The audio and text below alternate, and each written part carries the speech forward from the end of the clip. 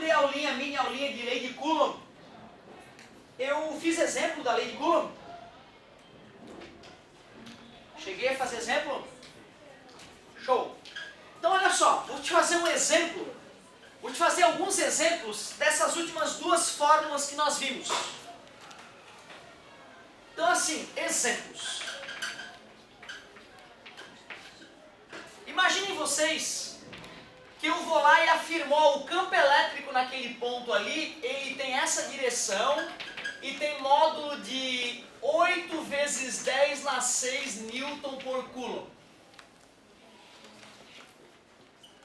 Sabendo que uma carga de teste foi colocada no ponto G, e o valor dela era menos 2 vezes 10 na menos 3 coulombs, determine o vetor força elétrica que atuaria nessa partícula que foi colocada no ponto G. Nós acabamos de ver que a definição de campo elétrico, a definição matemática de campo elétrico, é força por unidade de carga. São vetores, essa e essa grandeza, mas eu vou ignorar isso para efeito de cálculo. E vou usar módulo da carga. O campo elétrico foi fornecido. Foi pedido o vetor força. E a carga em módulo, 2 vezes 10 na menos 3. Não se esqueçam, pessoal, que o módulo não interfere no sinal do expoente. Passou multiplicando, 2 vezes 8, 16. 10 na 6 com 10 na menos 3, 10 na 3 newtons. Só que se ele pediu para determinar o vetor força, ele não quer só o módulo, ele quer a direção e o sentido. A força elétrica sempre aponta na mesma direção do campo elétrico. Sempre na mesma direção. Mas o sentido é oposto ao do campo elétrico nesse caso, porque a partícula é negativa. Então, tu terias que calcular o módulo do vetor força e representá-lo. Isso o vestibular pede bastante. Tu vê, né? Pode ser desconfortável inicialmente por mero desconhecimento dessa matéria, né? Então deixa o nosso cérebro inseguro nessa nova abstração. Nós precisaríamos de anos, talvez, de prática para que campo elétrico deixasse de ser uma entidade bizarra e obscura. Eu digo isso porque eu fiquei estudando, né, uma década essa matéria para um dia acordar e me sentir mais seguro com ela. Tem colegas que até hoje não gostam de dar essa aula, porque se sentem inseguros. Tu vê, né, como uma coisa é menos palpável do que outras partes da física, do que a dinâmica newtoniana, então talvez o cérebro não escolado nas abstrações que a matemática, né, nos permite, pode falhar na hora de estudar essas coisas invisíveis. Outro exemplo, agora sim um pouquinho melhor. Imaginem vocês que eu tenho duas cargas, uma negativa de módulo 6 vezes 10 na menos 6 Coulomb, que esteja a 3 metros de um determinado ponto X.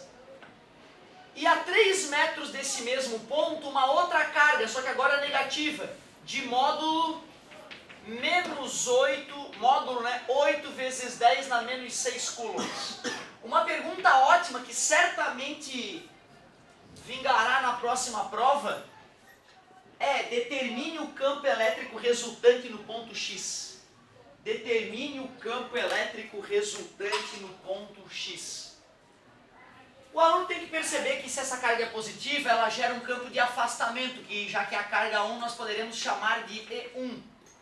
Como essa carga é negativa, ela deve gerar um campo de aproximação, que nós poderemos denominar E2. E por que eu fiz o vetor E2 maior que o vetor E1?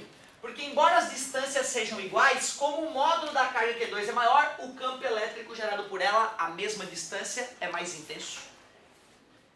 Se eu calcular o módulo desses dois vetores, que são perpendiculares, eu poderia fazer pontilhada paralela e desenhar o campo elétrico resultante. E aí, através de Pitágoras, seria fácil calculá-lo. Eu acabei de apresentar a fórmula que nos permite calcular o campo elétrico a partir da carga geradora e da distância.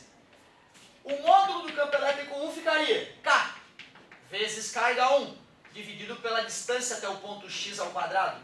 O valor do K tu há de decorar depois de alguns exercícios. A carga 1 é 6 vezes 10 na menos 6 e a distância entre ela e o ponto estudado, ponto X, é 3. O vestibular usará o 3 também. para que fique assim confortável de fazer. 9 dividido por 9 deu 1. 6 vezes 10 na 3 Newton por Coulomb é o campo elétrico gerado pela carga 1. Da mesma forma eu posso dizer que o campo elétrico gerado pela carga 2 no ponto X é a mesma fórmula. O único cuidado é não usar o sinal da carga, porque em módulo 8 vezes 10 na menos 6 dividido pela distância 3 ao quadrado. 9 dividido por 9 deu 1. Resultou em 8 vezes 10 na 3 Newton por Coulomb. E agora que eu sei os módulos, claro que o seu aluno está bem ligado, né? Ele lembra que se os catetos são 6 e 8, a hipotenusa mede 10. Então ele já poderia automaticamente escrever que deu 10 vezes 10 na 3, né? Mas para exercitar a nossa matemática básica, campo elétrico resultante ao quadrado é E1 ao quadrado mais E2 ao quadrado. Campo elétrico resultante ao quadrado fica 6 vezes 10 na 3 mais 8 vezes 10 na 3. Campo elétrico resultante 36 vezes 10 na 6 mais 64 vezes 10 na 6. Campo elétrico resultante é a raiz de 100 vezes 10 na 6. Raiz de 100 é 10, raiz de 10 na 6, 10 na 3, como nós havíamos previsto. 10.000 newtons por Coulomb. O senhor não ficou exagerado esse campo elétrico de forma alguma.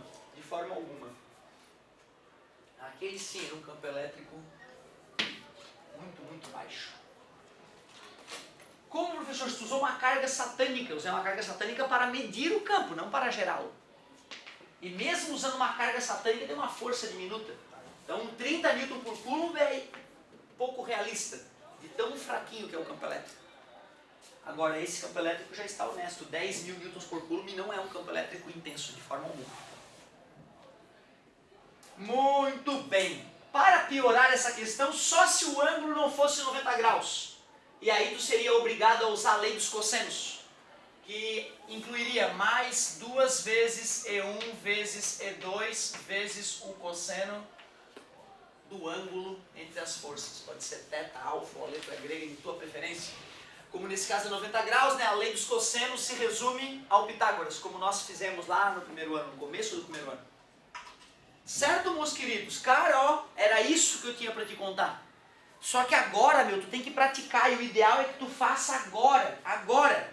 Então, ó, a tua tarefa mínima, por favor, a tua tarefa mínima para essas 2 aulas que eu acabei de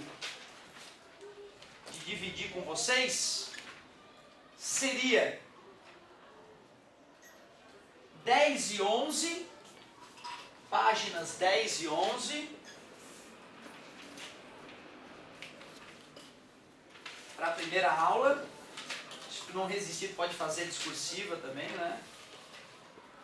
E depois podemos fazer 15 e 16 da outra aula, páginas 15 e 16.